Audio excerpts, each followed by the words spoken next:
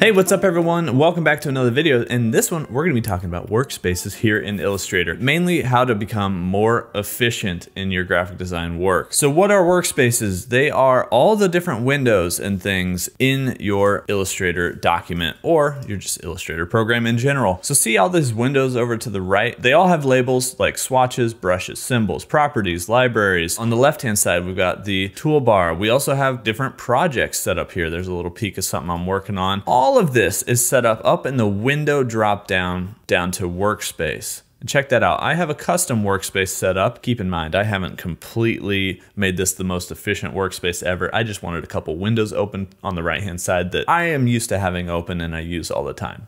Back to the video. This is the pixel and bracket workspace, but there are all these other default workspaces that you can choose from. So for instance, the basic default one you just installed Illustrator is Essentials. Now Essentials, if you've moved it around, can actually change, even though I clicked on that. So what we really want to do to make sure we get the Essentials workspace is reset it. So if we go back up to Window, down to Workspace, we can reset Essentials. And that's gonna reset everything. In case you've actually made some edits, you notice on the left-hand side there was a toolbar I had added. Well, we reset Essentials, so this is back to the actual default. It's kind of like doing a little format of your computer. Now, if we go back up to Window, there are lots of different workspaces. Like I said, there's the Essentials Classic Workspace, gives you that bar up at the top. You can choose any one of these that you find works best for you. Here's a typography workspace. It just switches some of these different windows over on the right-hand side. Now we have like the character panel and the paragraph panel, etc. I like to work with the tools and the dialog boxes that I use the most. And so whatever that is for you and your workflows, you should set up your workspace just like that. And you can do that by clicking on any of these dialog boxes, or if you don't see them, you can go to Window and look. All of these are the different dialog boxes. If I use gradients all the time, I'm gonna pop out the gradient dialog and I'm gonna drag it to a spot where the blue line shows that I can actually dock it into all of my different dialog boxes. So we can dock it here, anywhere we want, just like that. There's gonna be little arrows where we can sort of minimize that to just an icon to where I can click on it and pop it out, or I can maximize it to see it all the time. So you can move all of these different areas of your working document around and create the workspace that you want. And then once you have that, you can go back up to Window, down to Workspace, and hit New Workspace. And that's basically gonna save, we're gonna call this the tutorial. Wow, guys, I can't type. Tutorial workspace.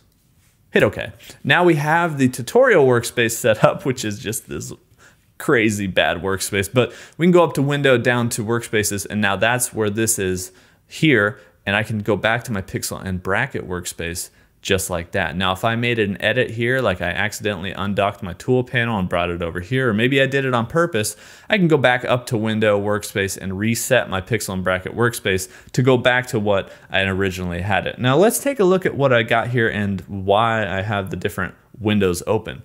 So if I'm looking over on the right-hand side, I do like having the properties panel open here because a lot of times when you're working with different objects, like if I just create a square out here, there's all sorts of different properties that I want to change over here on the right-hand side. Some of them I use over here, some of them I might use over here, like the fill and stroke. I like changing the color just by double-clicking on this and selecting my color, mainly because I really like this color picker. And if I double click over here, it doesn't really do much except for take me to my swatches. So if I do have swatches over here, I can kind of put them in here. But guess what? I have the swatches panel open up top here because if I'm working with different swatches, I do want them to be super quickly accessible up there in the top. I don't want to go hunting for the swatches panel. Now underneath the swatches panel, of course, is that color panel. So I can do the same thing here by double clicking. Now there is some redundancy here, right? I can double click on this side, I can double click on that side. There's actually a good reason to have that. The reason is if my mouse is on one side of the screen or the other side of the screen. If I just selected that rectangle tool, I created a quick square and I'm closer to the left-hand side of the screen, it's gonna save me time to go to the left-hand side and double click on something than the right-hand side. And I know it's like a fraction of a second, but guys, if you are serious about this being a career and you're looking at decades of graphic design work, you're actually going to be saving yourself hours and days of time just by putting the different panels in the spots that you want them in your document. Days. You can do more design work, or you can go on a vacation. Days of time. All right, now back to this. Let's take a look. I like the transform panel a little bit, I think. I'm not really sure what that's doing here, to be honest, but definitely the alignment panel.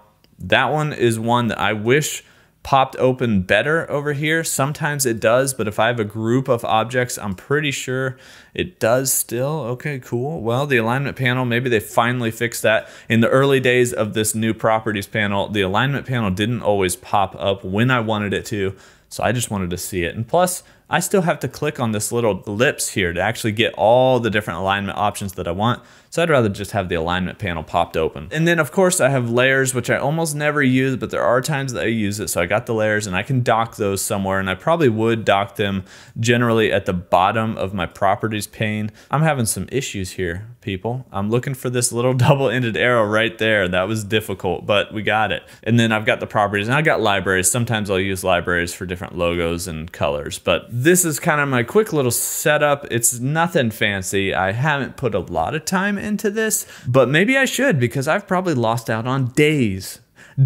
of time, you guys. I could have gone on a vacation. I could have done more design work. I could have done more tutorials. Looks like it's starting to get a little bit lighter outside, so let's end this video. It was way longer than I thought, but that is how you can move your different panels around and save your different workspaces. And by the way, just always go up to window. If something's missing, you can't find something, just go up to window and go down to that panel. Thanks for watching, everyone. By the way, if you want to download some free project files and other things, why did I say it like that? You can go to my website and sign up for the Pixel and Bracket Vault, or unlock the Pixel and Bracket Vault, become a free member, and I've got a bunch of project files in there from a lot of different tutorials that I've done, and I'm gonna keep putting in files. So the link for that is in the description. Thanks for watching, thanks for subscribing, thanks for liking. I'll see you guys in the next video.